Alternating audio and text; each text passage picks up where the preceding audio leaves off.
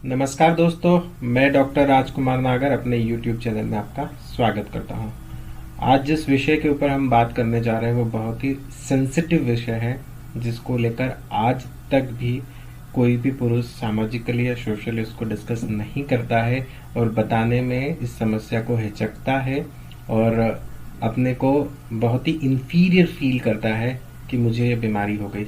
ये एक बीमारी है, समय रहते अगर इसका इलाज किया जाए तो ये ठीक हो जाती है और बहुत अच्छा रिजल्ट है होम्योपैथी का। इसमें मैंने काफ़ी केस ठीक किए हुए हैं और अभी ये वीडियो बनाने का दिमाग में इसलिए आया कि कोविड के बाद काफ़ी पेशेंट मेरे पास आ रहे हैं जो कि इस तरह की बीमारी से ग्रसित हैं और कोविड के पहले भी हर उम्र के पेशेंट मेरे पास आते थे जो कि इस बीमारी के लिए मुझसे दवाई चाहते थे और जिनको काफ़ी संतोषप्रद तरीके से और संतुष्ट करके इलाज दिया गया और आज वो मेरी दवाइयों से काफ़ी संतुष्ट हैं।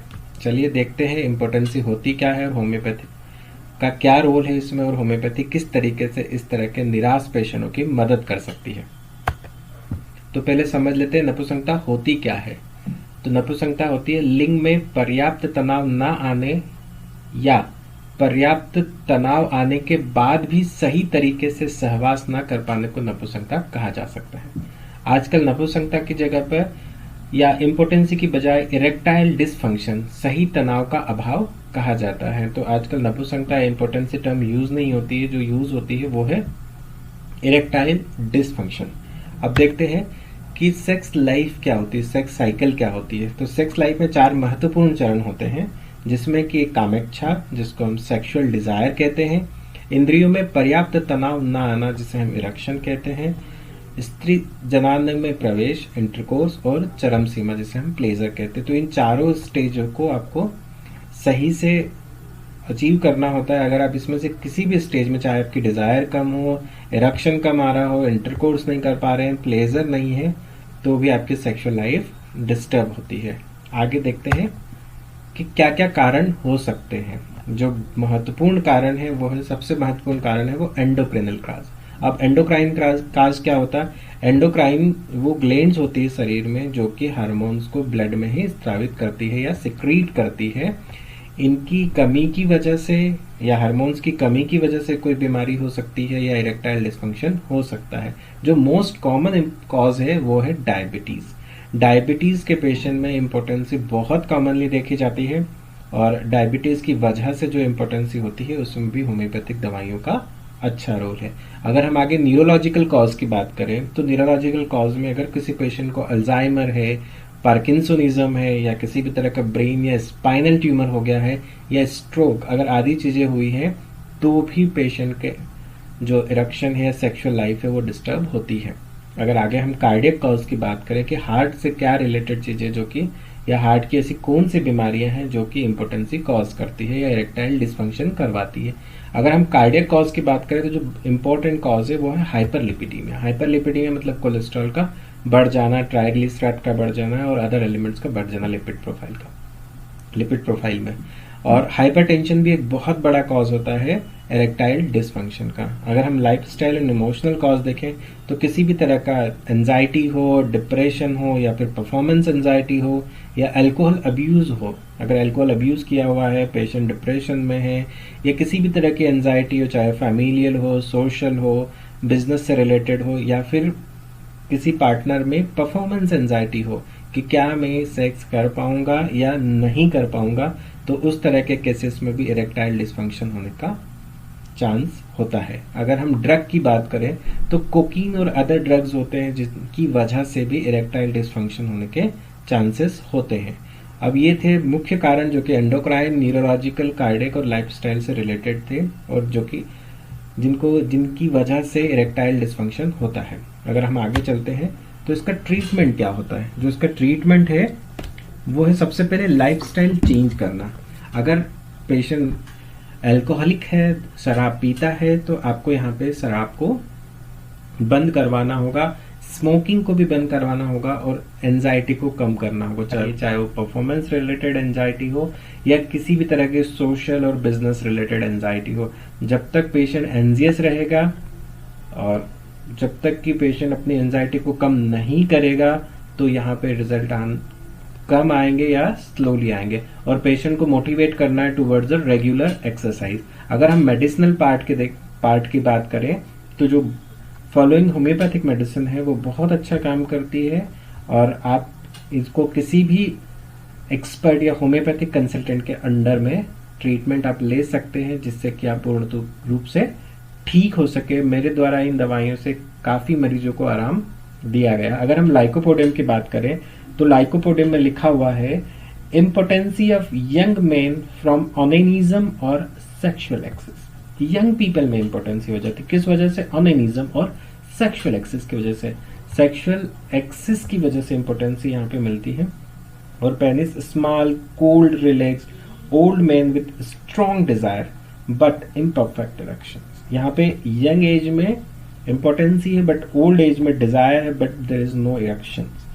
False asleep during an embrace and premature emission मिलता है हमको। प्रीमेच्योर मतलब कि अर्ली इजैक्यूलेट हो जाता है यहाँ पे यंग मैन, ताकि जिससे कि वो एक दूसरे को संतुष्ट नहीं कर पाते हैं। अगर हम एग्नस की बात करें तो एग्नस में लिखा हुआ है complete impotency, relaxation, flaccidity, coldness of genitalia, no sexual power और desire. Impotency after frequent attack of gonorrhoea, gleet with absence of sexual desire और erection, bad effect from suppressed gonorrhoea. ये एग्नस में यहाँ पे complete impotency, relaxation and flaccidity लिखी हुई है।